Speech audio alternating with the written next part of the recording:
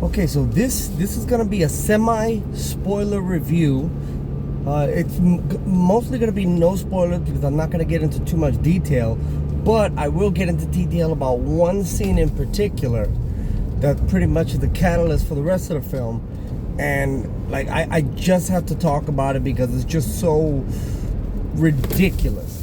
All right, so what I'm talking to you about is a film called Kill. All right, now right off the bat, you hear that title, you kind of get a sense of where the movie's going already, right? Anyway, so Kill is an Indian film that came out in 2023, and it tells the story of a commando. Now, in their version, this was basically the commandos, the elite commandos of the police squad. They're pretty much like the SWAT for us, right? So they're commandos. These are like the best of the best law enforcement fighters, right?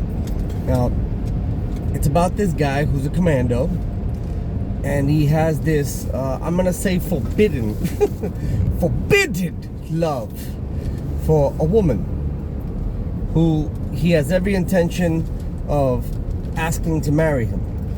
The problem with this particular woman is that this woman is already promised to another, and the woman's father has gotten her engaged, arranged her engagement to another man,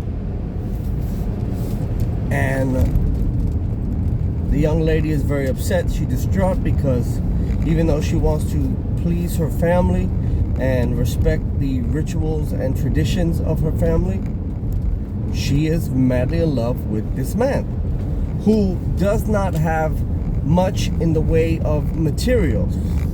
However, he's loving, loyal, kind, fair. I know it sounds like I'm describing a dog, but he's a good man to her and she's a good woman to him, and they are just perfect. They are just sort of star-crossed lovers. So in the film, he finds out that she is going to be on a train headed to New Delhi. So he decides, I'm going to get on that train. I'm going to ask her to marry me. If she says yes, then we are going to run away together when we when we make it to our stop in New Delhi. We're going to leave the family. We're going to start our own beautiful life together. Beautiful. Cool. And it's supposed to be like a straight, love story. But then a band of bandits / thieves take over the train and begin robbing people.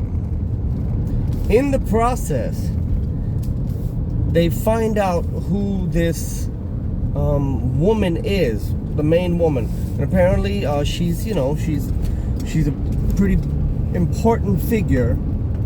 She's the daughter of a pretty important figure.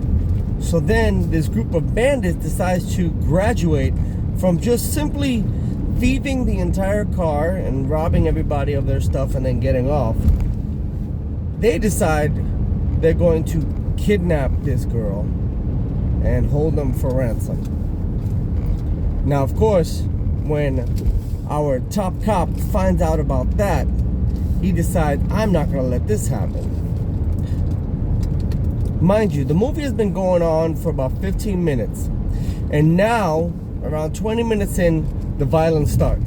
And the cop, along with another cop, they decide, they're going to protect the people on this train, and they're going to do whatever they can to fight off the bandits. They have no idea how many bandits there are, how many thieves, how many bad guys. They just know they're going to do the best they can to bring those bandits to justice. So he fights them, and he fights them very well. But he does get his butt beat really bad in the process. However, you can tell that from the way he's fighting in the beginning, he is fighting to disengage the enemy. He's basically fighting to make sure the other guy stops trying to hit him, stops trying to stab him, and he's not really doing any life-threatening damage to the men he's fighting. And these are criminals. These are the bad guys. But throughout he is only fighting them to basically knock them down, knock them out, but not to really destroy them. But as the movie goes on, one of the main baddies gets a hold of the girl, and then the girl doesn't go lightly, and he stabs her in the stomach. And then when she turns around, he stabs her in the back.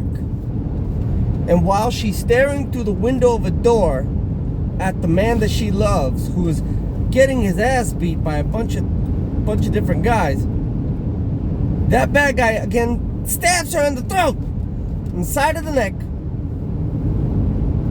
And he's watching as he's getting beaten, the love of his life being stabbed to death for the third time. And then finally the bad guy opens the train door and throws her off. This is crazy overkill. The way they killed this girl, insanely heartbreaking. But because it's so violent and so raw and so just evil, the rest of the movie is just one big expression of revenge. This man is so... By the way, from that moment on, once she is killed, the man triggers something. This triggers something in the man's head, and now he is not fighting to bring people down. And as soon as he's triggered, boom, now we got the title cards. 45 minutes into the film, and the movie's an hour and 45 minutes. 45 minutes into the film, we haven't even seen the title cards, and that's something that you forget to realize as an audience member. Hold up, now they're putting the title cards, kill. And after that, he does nothing but. However, in the process, this is not your state-of-the-art John Wick, Indian version of an action movie. Because John Wick is very, very stylized. He's also a very sleek killer. He's an efficient killer. In this film, our commando, our playboy, our male lead, he is rough. He is rough. He is a brawler, but he's also very, very calculated and precise, and he really, really knows his training. And he kills people hardcore. At the same time, he gets stabbed over and over and over again throughout the film, sliced here, sliced that. But his fuel for rage and revenge just keeps pushing him forward. And one could almost say that it's his equal parts of love and hate that fuel him forward. His love for his woman is so strong that it has inspired the hate of these men that killed him. Now, another part of the film that's very interesting, another part of the film that makes this movie a little more interesting, or to me, it made it more interesting than other movies of its kind, that it's not just doing violence for violence sake, even though by the end, when he loses his mind, he is killing rather not only indiscriminately, but a bit much, some kills they get it quick, some kills they get it like Mortal Kombat style, it's ridiculous. But as the film goes by, it really does hit some emotional chords, surprisingly. It does have some really cool musical score moments that intensify the scenes in the film. I was shocked at how much I really liked this film. I enjoyed its characters. And another part that was interesting that I forgot to talk about was that the bandits are not just your ordinary, guys, thieving a train. These guys are straight up family.